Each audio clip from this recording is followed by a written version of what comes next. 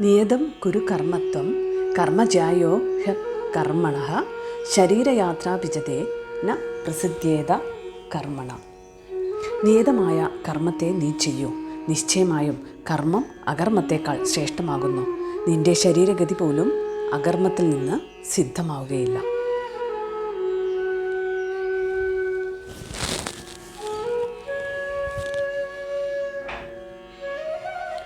നിത്യവും ചെയ്യേണ്ട കർത്തവ്യ കർമ്മങ്ങളാണ് ഇവിടെ ഉപദേശിക്കുന്നത്. ഒരാൾ അധികാരിയായിരിക്കുന്നത് ഏത് കർമ്മത്തിലാണോ അത്തരം കർമ്മമാണ് നിയതകർമ്മം.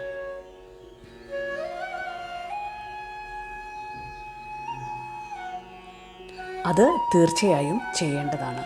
ബാധിതപ്പെട്ട കർമ്മം ചെയ്യാതിരുന്നാൽ ദോഷവും. ചിന്തയില്ലാതെ നിത്യകർമ്മം അനുഷ്ഠിച്ചാൽ ചിത്തശുദ്ധിയാണ് ഫലം.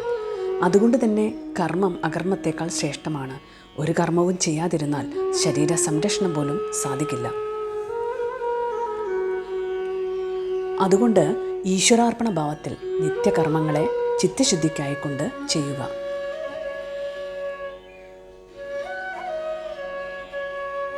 അർജുനൻ കർമ്മനിഷ്ഠയ്ക്കാണ് അധികാരി എന്ന് ഭഗവാൻ പറയുന്നു.